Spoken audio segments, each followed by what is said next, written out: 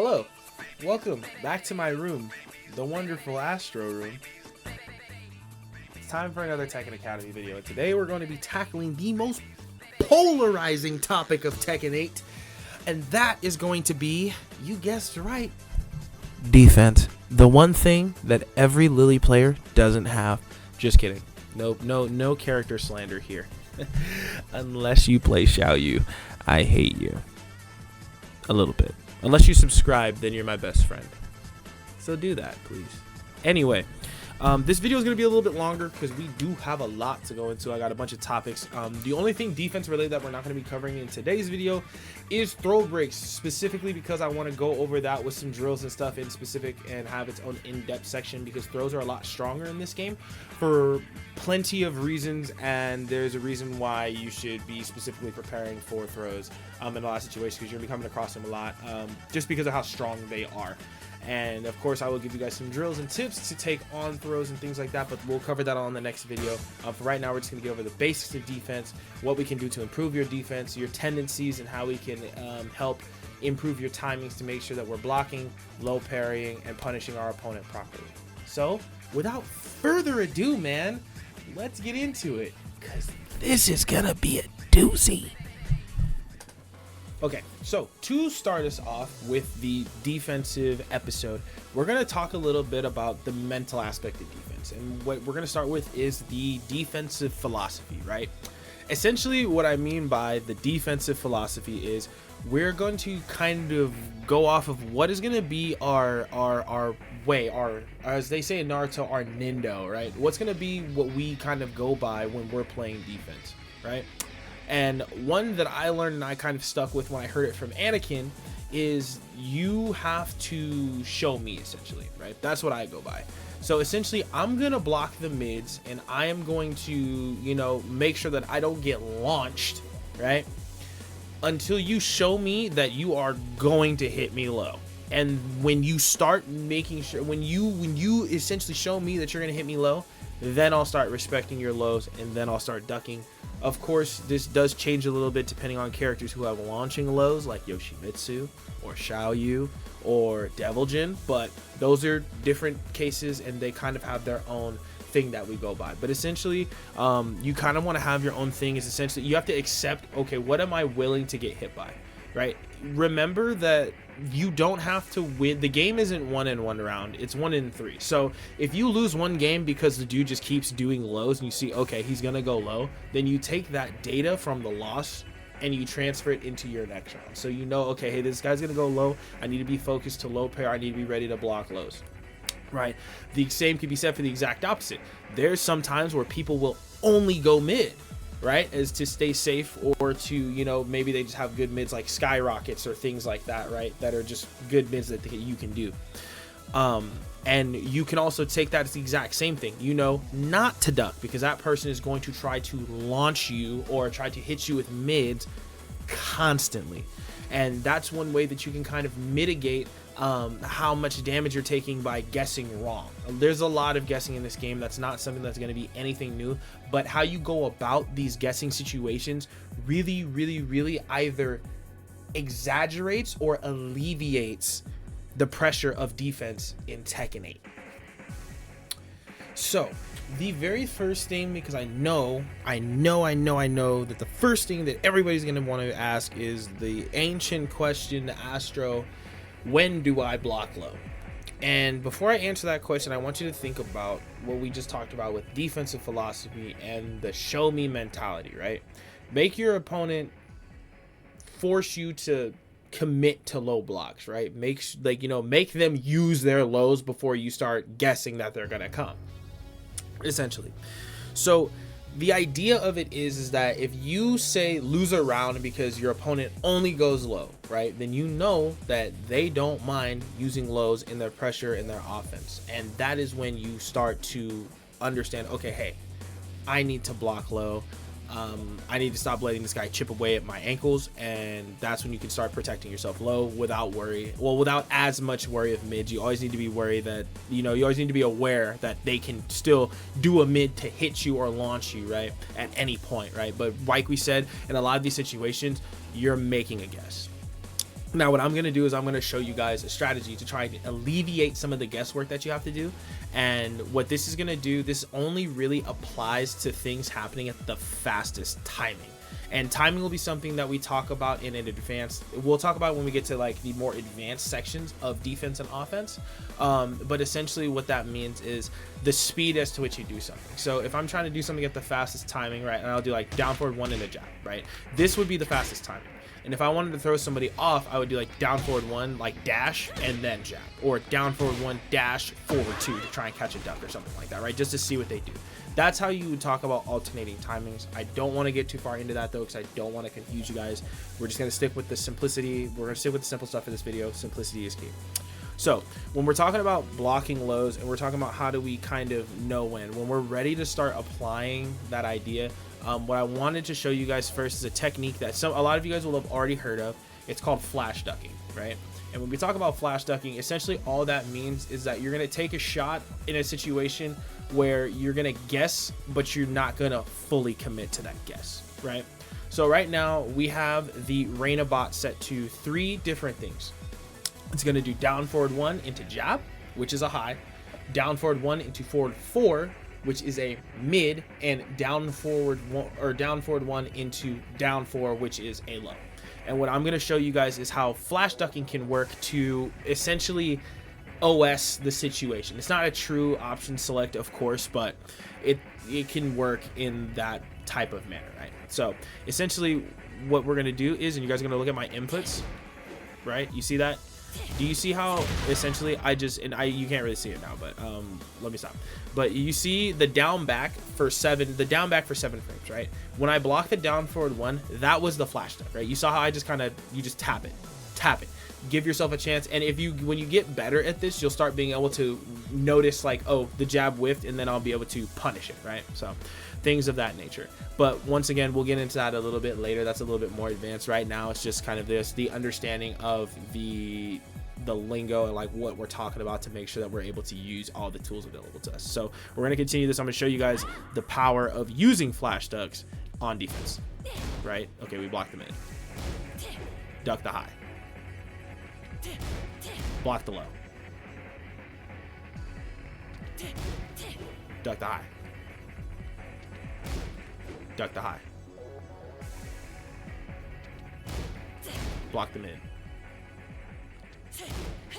block the low. So you guys see, and that was literally and once again, this only applies to the fastest timing. Once we start talking about like, you know, like a Reina player specific will probably wave dash at you a couple of times.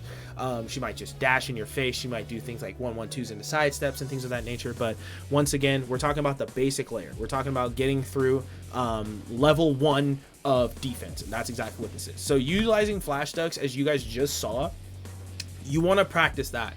And what that can kind of teach you is kind of get you a feel for how to be able to use this to kind of just make a quick guess without having to full commit to it. And of course, when you're flash ducking, there's going to be situations where you do catch stuff that's going to be punishable, right? If Reina does the jab and it misses, you can launch it, right? If now that low in specific, the down 4 is -15, so you could also launch that if your character has a 15 frame launcher out of crouch. But that'll be something that you learn and you kind of get used to, like, okay, you know, like understanding, and that's more towards the punishment side of things, which will also get its own video because it's also really important. But as to not get too far off track, kind of utilizing flash ducking along with kind of getting a note on your opponent's tendencies with how often they like to use their lows, kind of fuse those two ideas together to kind of allow yourself to essentially build an option select for your opponent's pattern, right? Because sometimes, even though they change their timing, there's some things that they like to do, right? So for example, like there might be a Reina player who, if they do down forward 1 or they do something that's plus, like say Sentai 4, they might wave dash twice and then do something, right? So although that is changing the timing, if they have a pattern that they do within that timing that they try to change, you can adapt this same strategy to that as well. So maybe instead Reina does down forward 1, wave dash, forward 4. Down forward 1, wave dash, hell sweep. Down forward 1, wave dash, electric, so on and so forth, right? Same thing, options, high, mid, low, right? And you can use this same exact strategy in situations like that when you notice that your opponent's not, they might try to change their timing, but they're not changing it completely to get a read. And essentially all that is you making a read and understanding how to look at your opponent as a defender instead of the offensive player, like we talked about in the last video, and being able to understand how we can use these tools to allow us to properly guard and keep ourselves from taking a whole bunch of chip damage. So while we are on the topic of blocking lows and timings and things of that nature, what I want to also bring up is the other option to help you deal with lows, and that is low parrying. Now, low parries are performed by pressing down forward into the low as the low is coming at you. You can't just hold down forward and automatically low parry, right? So if I want a low parry, this is what a correct instance of it looks like, right? You just press down forward when the low is coming at you. If you hold down forward, you're gonna get this. You're gonna get hit, okay? Now, we're talking about timings and things and mixing up timings and stuff from the offensive player perspective. You ask yourself, okay, well, Astro, if I'm in a position to where if I mess up the timing on the low parry, I'm gonna get hit for it, why would I ever low parry? Why wouldn't I just block and punish? And that's a really good question. There's a lot of times where it's just worth it sometimes to just block, right? And I will show you that. So when you block this low, it is minus 13. It's Reina's sidestep 4, right? So you get wall standing 1-2. It's 28 damage. It's not bad. It's a good chunk. It's a good punish. I believe she's like +8. She's +9. So she's +9 in your face. It's a good punish, right? Never a bad situation, right? But if you were to low parry here on this low,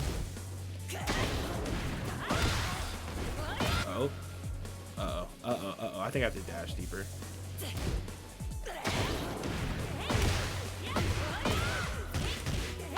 You just got 43. So you just boosted the amount of damage that you just got off of that punish tremendously. Now, one of the times where I always say it's always worth it to go for a low parry is if you know that your low parry combo can kill when your punish can't. So in a lot of situations where riskier lows like hell sweeps and stuff are off the table, we will talk about that in a second though. If you think or you're expecting a safer low like a minus 13, minus 12, minus 11 low is coming and you want to try and kill somebody and you need that 43 damage, or you know, you could always add extra with heat and things like that, or the wall in situations, but that's, you know, circumstantial. You can low parry instead, and what that is, and essentially the reason why it's important that you understand low parrying and how to use it is because if you catch the timing of it, especially if you're flash ducking, you can essentially OS it to make sure that you're not just getting the block and punish, but you're getting the kill, right? The times I always low parry is I always low parry if I know that my low parry combo will kill. You can also low parry if you know that your opponent just doesn't change their timing whatsoever, and you know, hey, this low is coming right now, low parry. So the question that then precedes this is, okay, Astro, well, when should I block? When should I low parry? And that is a really good question because they're not all wall standing punishes are the same. So what we did just now is I showed you guys the wall standing punch. This move is minus 13, right? Boom, 1, 2. So 28 damage, okay? Now the low parry combo like we saw. Oops, did we just see it? The low parry combo like we saw does 43, okay? Which is more than what I totally dropped the ender there. But it does 43. You saw it already. Which is more than the wall standing punish, right? But let's look at this. A stagger low, right? Like a hell sweep, right? That's minus 23. So if I block this, I get this, okay? And what that is that's going to be essentially a lot more damage. Right? That's 71 compared to 43. So essentially, when you're on defense and you're making these reads, and we will talk about making reads in a couple of sections, but when we're talking about making these reads, right, you compound these two together. So it's not just a game of, as we all know, Tekken is a complicated game. There's going to be a few things you're going to have to think about at once, right? It's not just as simple as okay, he's gonna do a low, I'm a low parry it, or okay, he's gonna do a low, I'm gonna block it. Sometimes you have to think, okay, I think he's going to hell sweep, I'm gonna block. Sometimes you're gonna catch a -13 move, you block and punish. Sometimes you're gonna think, okay, the low's coming now, I'm a low parry, it's gonna be a -12, and you're gonna low parry a hell sweep. That's okay. You're not going to be 100%, but if you have an idea of what your opponent's going to do, you can use either or to give yourself the best opportunity, give yourself the best punish. That's how I like to think about it a lot of the time. If I'm playing against if I play against characters with like good stagger lows, like Mishimas with their hell sweeps and stuff like that, I rarely low parry Mishimas, because if the low that's more than likely coming, unless you're playing against Jin in specific, just because he has other lows, the low that is more than likely going to be coming is going to be a -23 stagger low, like a hell sweep, right? So in that situation, you don't want to limit your damage by low parrying their hell sweeps. Get what I'm saying? In those situations, when you're playing against those characters that have to take big risks to open you up going low, you want to duck. Characters like Hwaring with like down 3-4 because it ends in a high, you can launch punish that. Lee with back 3-3. Low high, you can launch punish. Mishimas with their hell sweeps.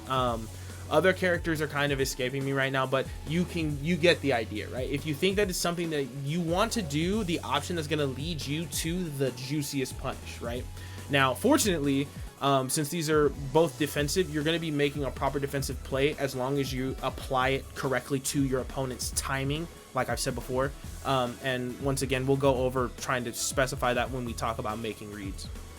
But that's going to be the difference between whether you want to low parry or you want to block a low. Simple. So what I want to do now is I want to give you guys a short overview on sidestepping and how to use it, right? Now, sidestepping is one of the more technically advanced things in Tekken, just because of how complex the moves interact with the direction that you're going. A quick example of this is I have Reina set to sidestep to her left after she blocks a move. So what we're going to do is we're going to do jab and a down forward 2. At the fastest timing, jab and a down forward 2 will clip somebody if they try to sidestep left. Okay? Now, that exact same sequence, jab and a down forward 2, will whiff if Reina steps to her right.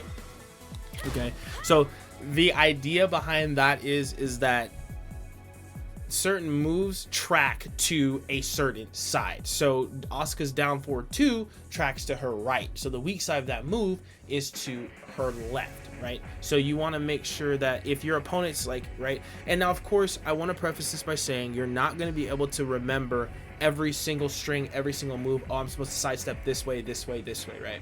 Now there are certain moves like in certain strings that you can kind of look at and be like, okay, this is a 2 or 3 hit string, and when I see the first 2 hits, I can see it. I know the third hit's coming. I know, hey, I got to go left, right? I do that with Raven's 3-3-4. You could also just, I found out that it was a high, so you could just duck it anyway, but it works with my point, right? You see the first 2 hits of 3-3, I go, okay, get ready for it. As soon as I hear him start up the vocal cue for the 4, I sidestep left, I would punish it, right? Now, the idea of this is kind of similar to how we were talking about in the offensive guide, using your movement to create openings in your opponent for trying to retaliate too quickly. This is the same thing, but kind of the opposite flow, right? This is you punishing your opponent for not, locking you down properly, right? For essentially allowing you to move, right? And sometimes it's good to just, the same situation where you would flash duck, right? Sometimes it's okay to try attempt a flash step, which is the same exact concept, right? You're gonna block something or do something, you're gonna attempt to just tap down or tap up and try and see if you can step and get out of it. Now, if your opponent does a homing move and you step, like, you're gonna get hit regardless of direction, right? So the homing moves, that's what they're made for. They're meant to catch steps. They're meant to be unwalkable. So regardless of which direction you go, regardless of the character's weak side, the homing move should hit you, right?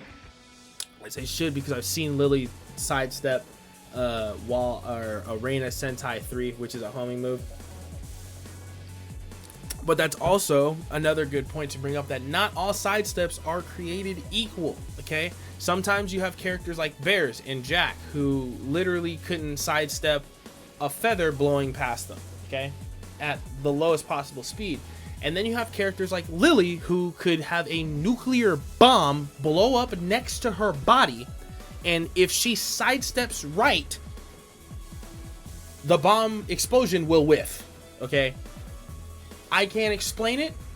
Only Harada knows. It's his vision, not mine. But that is essentially it, right?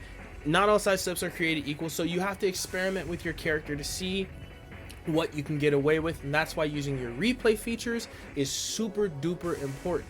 It's not all about trying to see exactly how minus a move is or how plus a move is, or maybe you get this cool mix up off this situation. Sometimes it's good to just hop in there to see, like, oh, can I step this? Or if this is locking me down a lot of the time, can I go right? Can I go left? Do I have to guess here? Like, you know, can I make this move with? If he does a follow-up, what can I do from there, right? Using your side steps in your movement in a similar fashion to the ducking, you can also flash step, right? So if, you know, your opponent's doing pressure or whatever, or like, you know, they're doing whatever they're doing and things like that, right, you can kind of just step and kind of take a guess or take a shot on making something miss if you move out the way. This usually works from kind of the mid-range when you're talking about characters with like 4-4-2s like Reina. So like, for example, if we're in the neutral, and let me reset these, but like, let's say we're in the neutral, right? She's backdashing, and then she goes forward 4-2, right? I actually don't think I'm gonna be able to step this, but I'm gonna like give it a shot. If I do step this, it's because I know it's coming, right? But we're gonna pretend like we're playing the neutral, and I'm gonna try and step. I see like I got hit, right? But you can kind of just, you know, kind of same thing, right? That's why I was talking about moving. You want to move laterally as well, right? And just try and make things miss. That move, that's a home. Her 4-4-2 is a homing move. It was a bad example, but she's just on the screen right now, so I tried. But essentially, just kind of using it in a matter of similar to how you would try to check for lows with a flash duck, check for moves that are going to whiff with a flash step, and just make sure that you're prepared for, if the move does whiff, to be able to catch it and punish it properly. So sidestep section is going to be really short just because I don't feel 100% comfortable with talking about them. Honestly, half the time when I step stuff, I feel like I'm just flash stepping things, so I don't want to give you guys false information about when to do it exactly and how to go about it. I can only give you the look at it from my perspective. Experiment with it, try and see what your character can get away with, whether that be like Lily war crime sidesteps where you can be -6 and still evade some situations, or maybe you're a character that can't move that well, but sometimes you can evade things. I always say take it into training mode, try it out yourself, see what you can come up with. So this is a section that I think is super important, super duper important, and that is the concept of taking back your turn. So a lot of people kind of got this as an idea. It's one of those things in fighting games that you get stuck with a negative connotation. It's mashing, right? And essentially like the idea of forcing your turn back through just pressing buttons through your opponent's pressure. I think that the ability to discern when and when not to do this is a very big crux in Tekken 8's defensive style, right? What this section is going to be talking about is the idea of taking back your turn and controlling the space in front of your face, right? The idea that you want to play active defense, and unlike the predecessor of the game, Tekken 7, where it's a lot of sit back, wait for your opponent to mess up, and either counter hit launch them or just punish them heavily for their mistake, right? This game, what it seems like the direction that they want us to go is they want us to try to maximize on opportunities to when our opponent tries to do too much. Right, so essentially what I'm talking about is a common pressure sequence that you can see from a lot of characters involving a lot of jabs and down forward ones, right? So we'll just look at this from Reina real quick. It's like down forward 1, sidestep 4, sidestep 1-1, sidestep 1-1, down 1, or down forward 1, down forward 1-1, like, you know, just the sequence, right? All ending off in Sentai 1-3 or Sentai 2 Sentai, or 442 Sentai 3, apologies, right?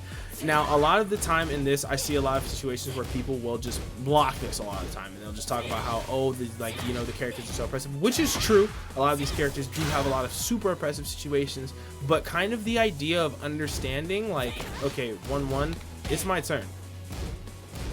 It's my turn. Like, right, if you're doing a lot of moving around and things like that, it's your turn, right? The idea of playing in the minuses of this game and kind of remembering that when you're blocking a lot of the stuff, your opponent's doing a lot of what I like to call it is playing a lot of one button Tekken. If you understand what a lot of these one buttons are, you can counter effectively by, you know, essentially forcing your option in between theirs, right? So kind of the idea of mashing in a positive sense. We talked about it in the offensive video. We talked about flowcharts, right? There's good flowcharting, there's bad flowcharting. There's flowcharting that allows you to see what your opponent's doing, to read and react appropriately,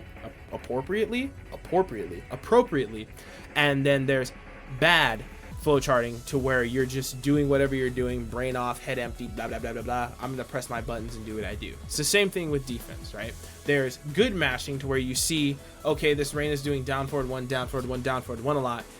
That move is minus whatever it is, and I'm gonna take my turn back right here, or I'm gonna press here, or I'm gonna do something here, right? And that will allow you to kind of open up your horizons to understand like how defense is in this game.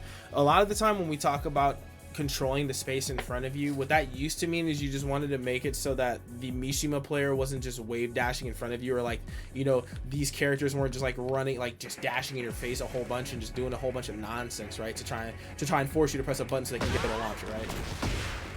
But in this game, you have things like, you have heat, right? You have these power crushes that are super duper duper strong that put you in really good situations. Use them. Use your character's tools. If they have high heat engaging power crushes and your opponent's doing a whole bunch of, you know, one button, this, press the heat, you know, press the power crush. Right? You wait in this sequence, you get tired of guessing, or you're able to, you can read that, okay, there's a gap, press heat burst, right? Using these tools to kind of control and essentially it's the idea of telling your opponent, no, you can't do that to me, right? That's how you want to think about it. A lot of people like to be, oh, he's just pressing buttons, oh, he's just pressing buttons. If you have intent behind it, defensive intent behind it, that is a skill. Being able to tell your opponent no through like punishing them by jabbing them or things like that is a skill in itself defensively, and it should be viewed as a skill defensively because it's going to save your life and it's going to put you in a lot of situations where you can avoid taking a whole bunch of chip damage. And not only that, but in a lot of cases you'll start your own offense in terms like we talk about with like heat engaging power crush, right? Because now you're plus 17 and it's your turn to be the oppressor, right?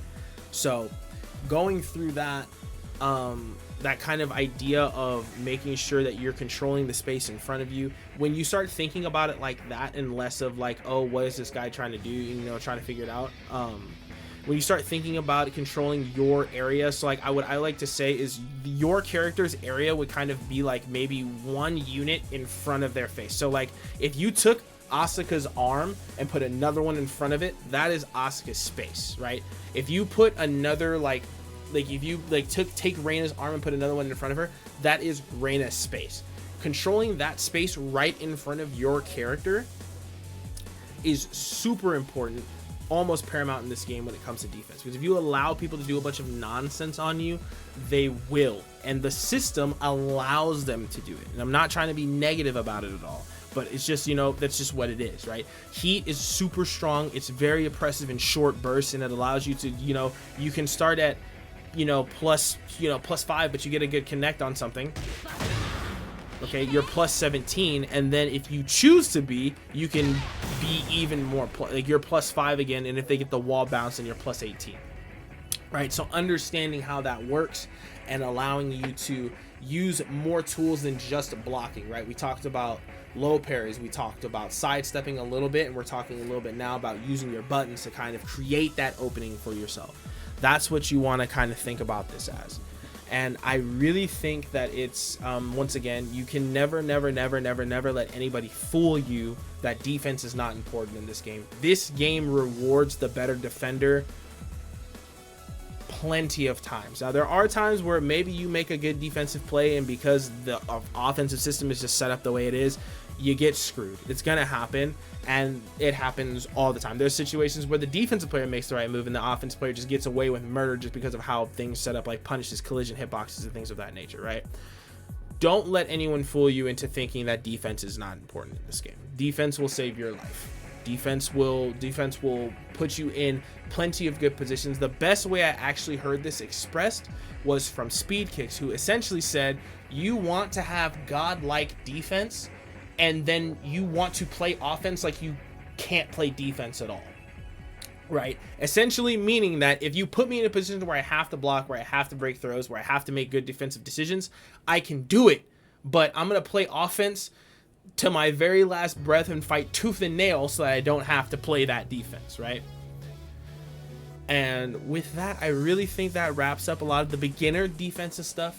Once again, of course, as always, if you guys have any other questions, please feel free to drop them in the comment section. I'm always in there, and I will always be free to answer, as well as maybe come in and check out the stream. We got a new computer and everything set up, so we have a new stream, and we have everything set up to be all nice and fancy and wonderful and cool. So it would be really cool if you guys could stop by.